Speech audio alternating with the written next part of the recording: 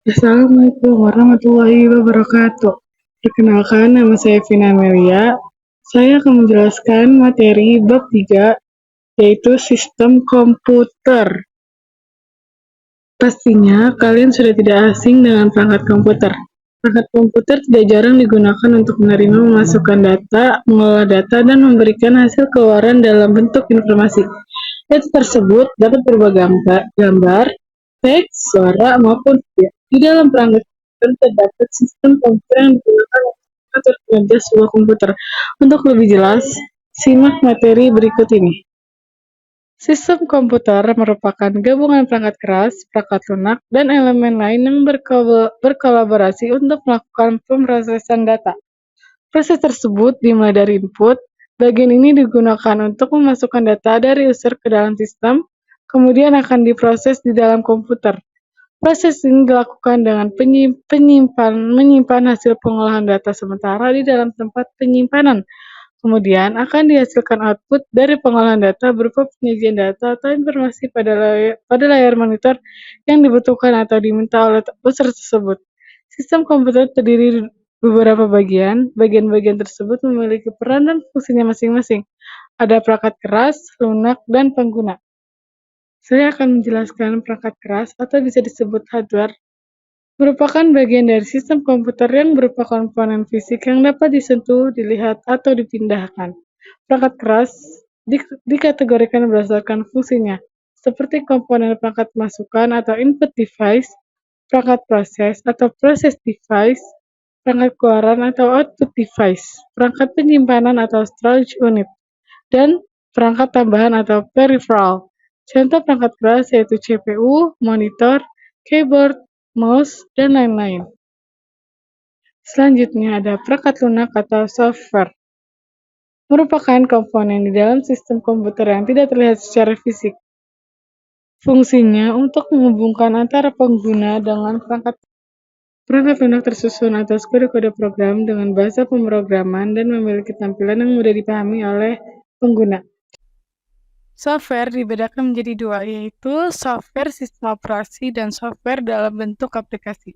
Contoh perangkat lunak sistem operasi yaitu Windows, Linux, MacOS, dan lainnya, serta berbagai macam aplikasi seperti aplikasi Microsoft Office atau Word dan Excel, aplikasi web browser semacam Google Chrome, Mozilla Firefox, Opera, Safari, dan sebagainya.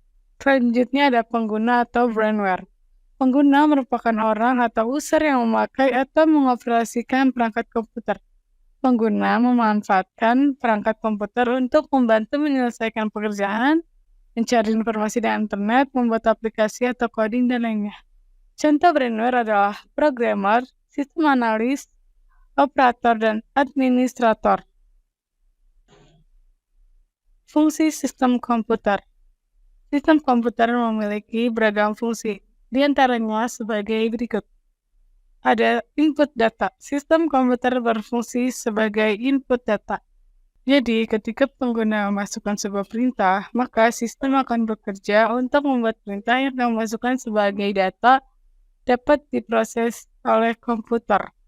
Contohnya, kalian mengisi form login pada suatu halaman web. Selanjutnya, proses data. Fungsi sistem komputer setelah melakukan input data adalah memprosesnya. Sistem komputer akan mengolah data yang telah dimasukkan ke dalam komputer. Setelah itu, data diinputkan dan diterima oleh sistem komputer. Maka sistem komputer dalam berbagai alat sistem di dalamnya akan mengolah dan memproses perintah tersebut. Setelah proses data, selanjutnya ada menghasilkan data.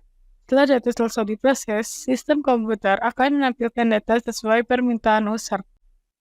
Data tersebut dapat dilihat oleh user dengan berbagai tampilan seperti daftar data, grafik, teks, dan lainnya. Terakhir ada menyimpan data. Data yang dihasilkan oleh sistem komputer tersebut dapat disimpan di dalam penyimpanan atau storage.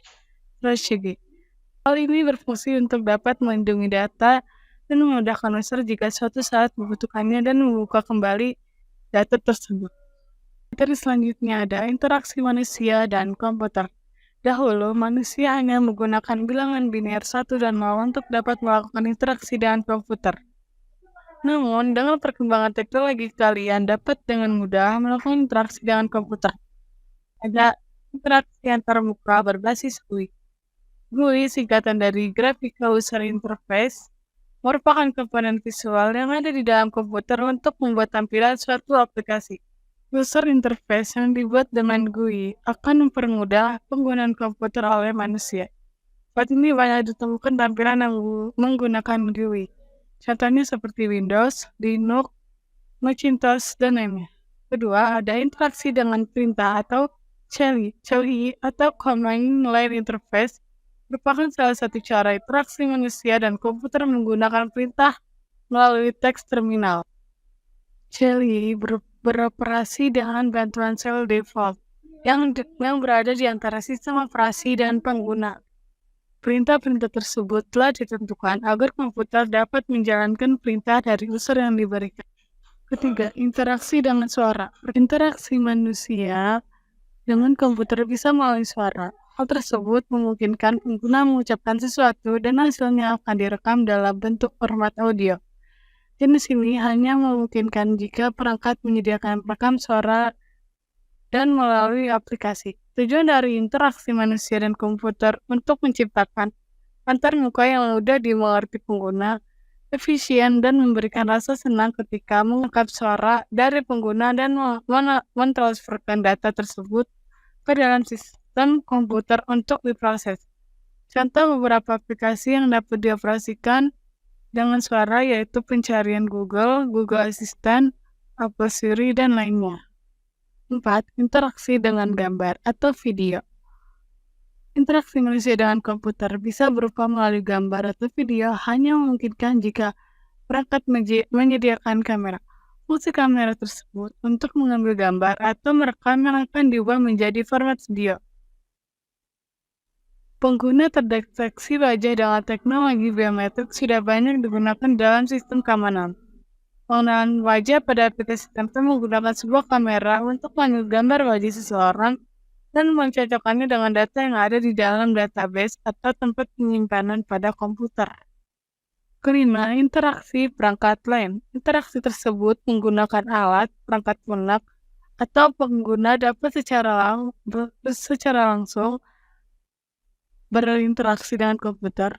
Contohnya dengan keyboard, mouse, joystick, layar sentuh, haptik, atau mengaplikasikan sensasi sentuhan dalam interaksi manusia dan komputer, dan lainnya. Selanjutnya ada materi terakhir, yaitu sistem operasi dalam sistem komputer. Sistem operasi berjalan di dalam CPU atau Central Processing Unit, merupakan komponen perangkat hardware untuk mengelola data utama dalam sistem komputer. Mengatur semua aktivitas dan jalannya semua program termasuk sistem operasi dan software di dalamnya. Sekian dari materi yang saya sampaikan. Maaf jika ada kesalahan kata. Wassalamualaikum warahmatullahi wabarakatuh.